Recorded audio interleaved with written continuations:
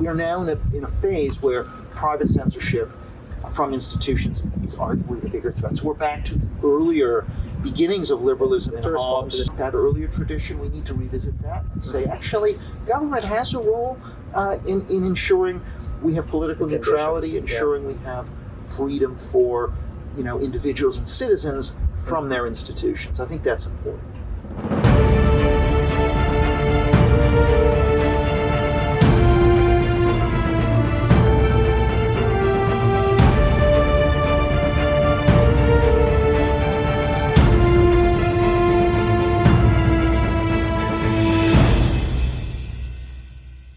My name is Peter Copeland, Deputy Director in the Domestic Policy Program here at the Macdonald-Laurier Institute.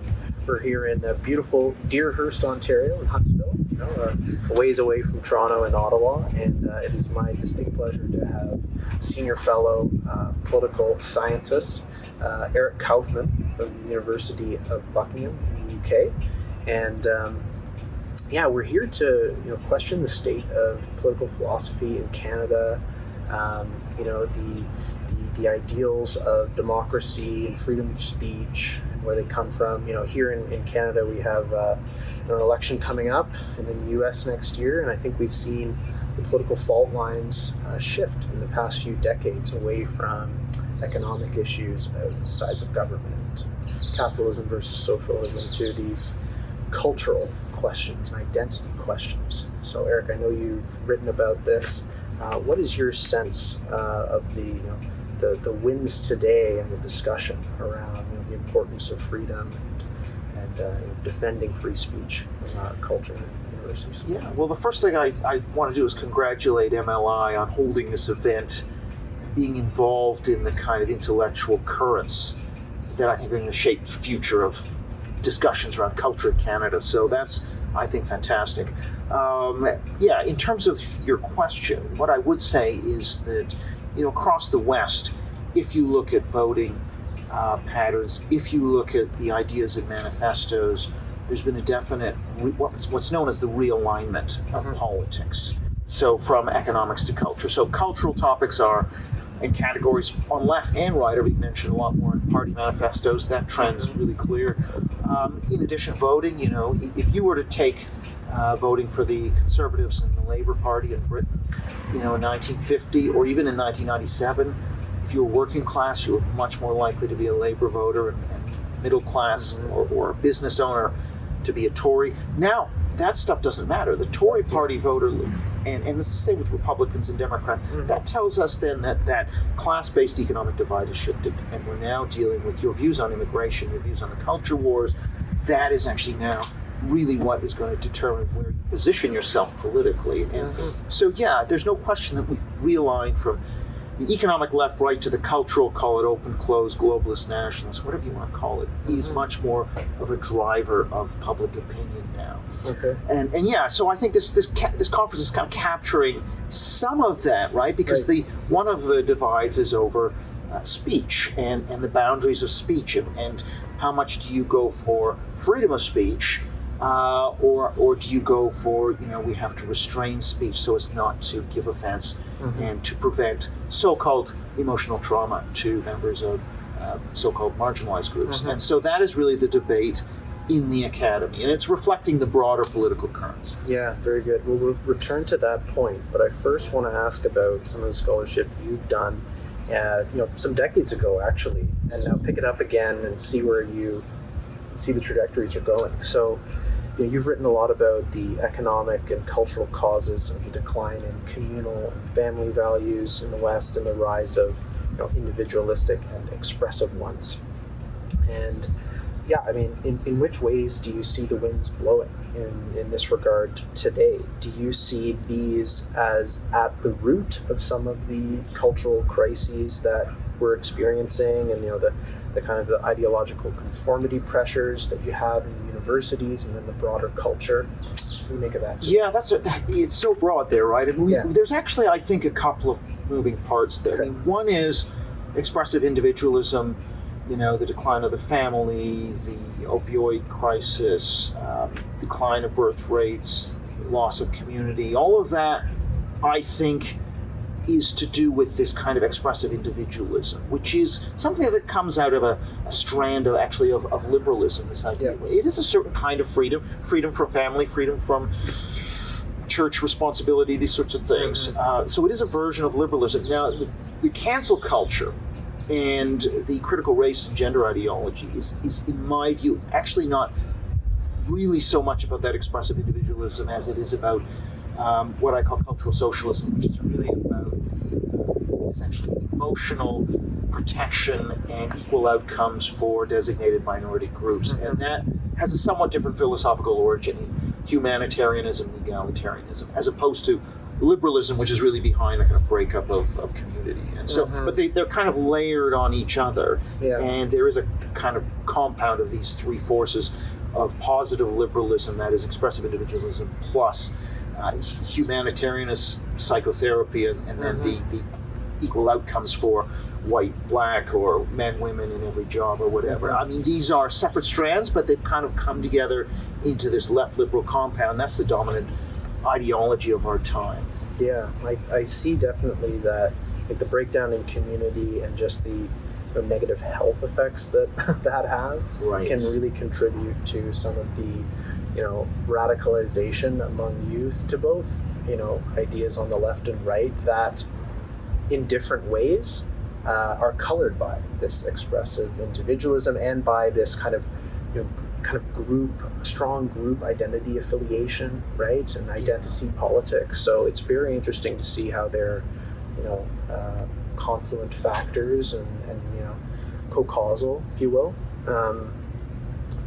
Where are the threats coming from today to free speech?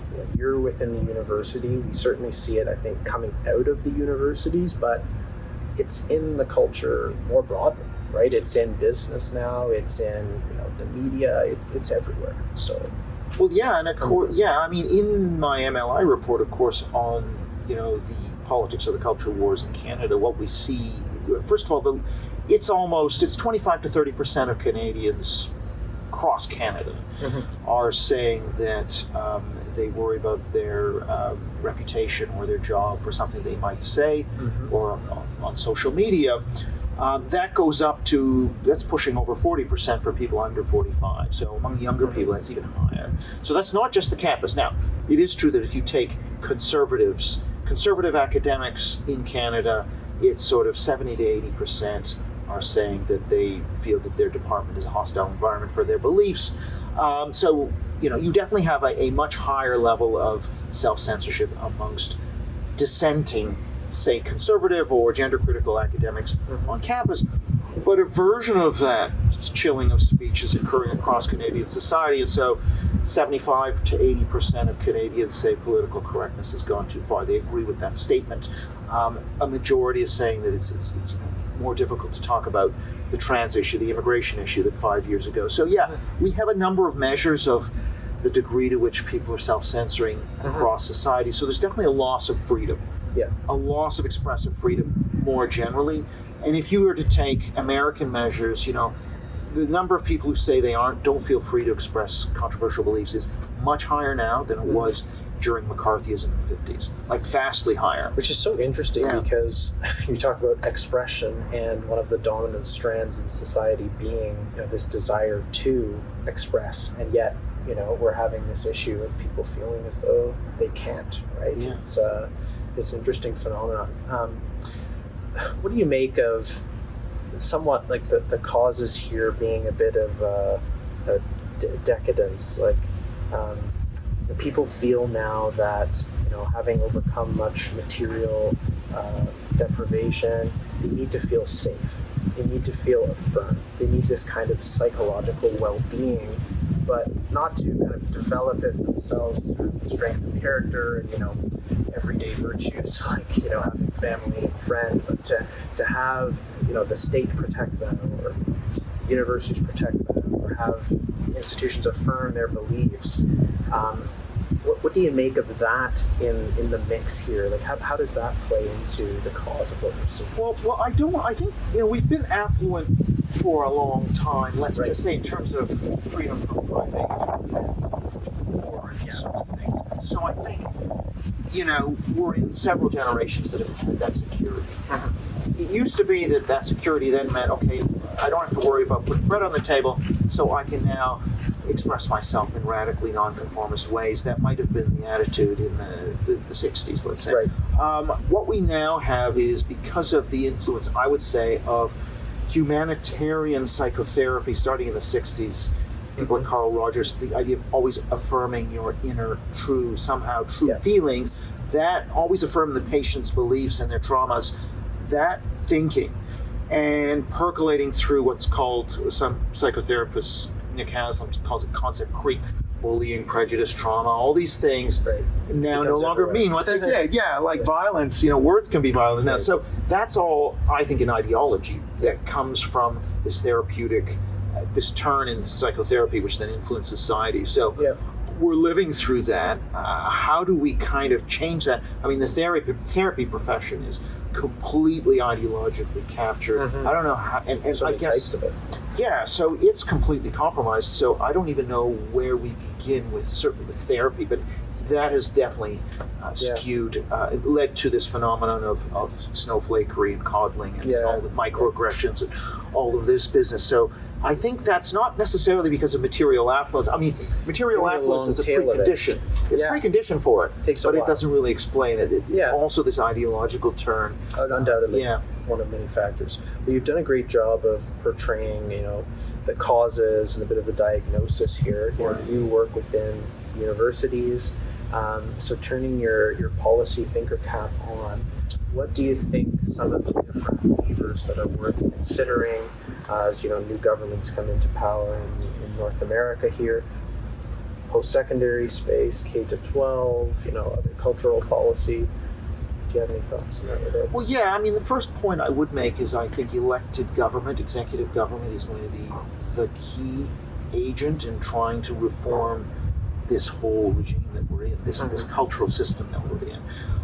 Because a lot of the threats are what I call emergent authoritarianism, activist pressuring institutions. So that middle level of institutions is where a lot of the repression and censorship, it's not just a university, but it could be a corporation, it could be a government agency, whatever. So these institutions are really the source of a lot of the chilling of speech and the driving of self-censorship.